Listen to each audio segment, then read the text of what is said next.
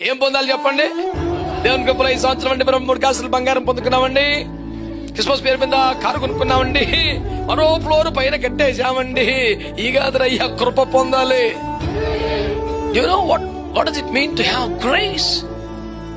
కృప పొందటం అంటే 2 ముక్కలు చెప్తాను. అనేక సంవత్సరాలుగా నేను చేస్తున్న ప్రధానమైన బోధలో ఒక బోధ ఇదే. నోవహు కృప పొందాడు. ₹10 సందా రాలా, ఇంత పని సహకారం రాలా, ఇంకేంటి కృప? మరి ఓడ కట్టమని ఆజ్ఞ పొందాడు, అది కట్టుటకు కృప పొందాడు.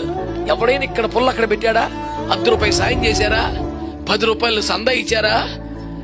సహాయము సహకారము లేకున్నను అప్పగించిన పని చేసి ముగించగల సామర్థ్యం పొందాడు. అది కృప.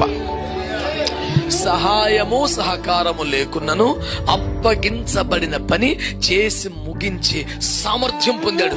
అది కృప.